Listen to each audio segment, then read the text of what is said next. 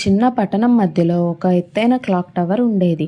ఆ టవర్ బంగారు అంచులతో మెరిసే పెద్ద గడియారం కలిగి ఉండేది. కానీ ఆ గడియారం ఒక్కసారైనా మోగేది కాదు. ప్రజలు తరచూ చెప్పుకునేవారు, ఈ క్లాక్ టవర్ పనికిరాదు, ఎప్పుడూ గడియారం మోగించదు అని. కేవలం ఆ టవర్ దగ్గర ఒక మాయా రహస్యం దాగి ఉండేది. రాత్రివేళ పట్టణం నిశ్శబ్దంగా మారినప్పుడు నక్షత్రాలు మెరిసే ఆకాశం కింద ఆ క్లాక్ టవర్ సాఫీగా పాటలు పాడేది. దాని స్వరం మృదువుగా తీయగా ఉండేది.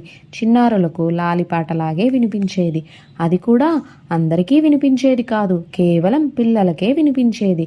ప్రతి రాత్రి పిల్లలు తమ మంచాలపై పడుకున్నప్పుడు ఆ టవర్ పాట విని కలల్లో రంగురంగుల వింతలు చూసేవారు. ఎవరో మబ్బులపై గాలిపటాలు ఎగరేస్తున్నట్టు, ఎవరో బంగారు చేపలతో మాయానదులు ఈదుతున్నట్టు రకరకాలుగా కనిపించేది.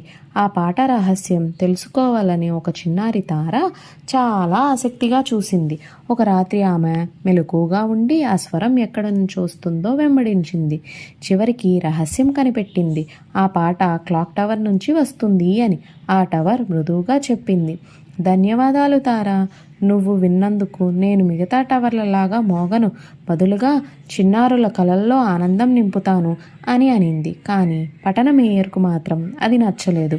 ఆయన కోపంగా ప్రకటించాడు, ఈ క్లాక్ టవర్ పనికిరాదు, మోగని టవర్ ఎందుకు, దీన్ని తొలగించి కొత్తదాన్ని పెట్టుకుందాం అని.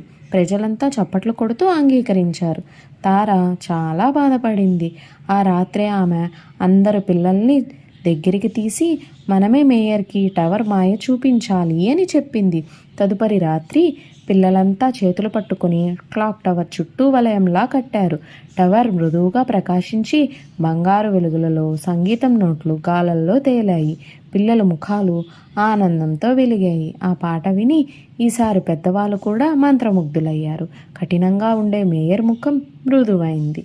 చిన్ననాటి జ్ఞాపకాలు గుర్తుకు వచ్చి ఆయన కళ్ళల్లో కన్నీళ్లు మెరిశాయి. చివరకు ఆయన ఇలా అన్నారు, ఈ క్లాక్ టవర్ పనికిరానిది కాదు, ఇది మన పట్టణానికి వరం అని. అప్పటి నుంచి క్లాక్ టవర్ పనిచేయకపోయినా ఎవ్వరూ తప్పు పట్టేవారు కాదు. ప్రతి రాత్రి దాని పాట పట్టణమంతా నింపుతూ చిన్నవాళ్ళకి పెద్దవాళ్ళకి కలలు సంతోషం పంచేది.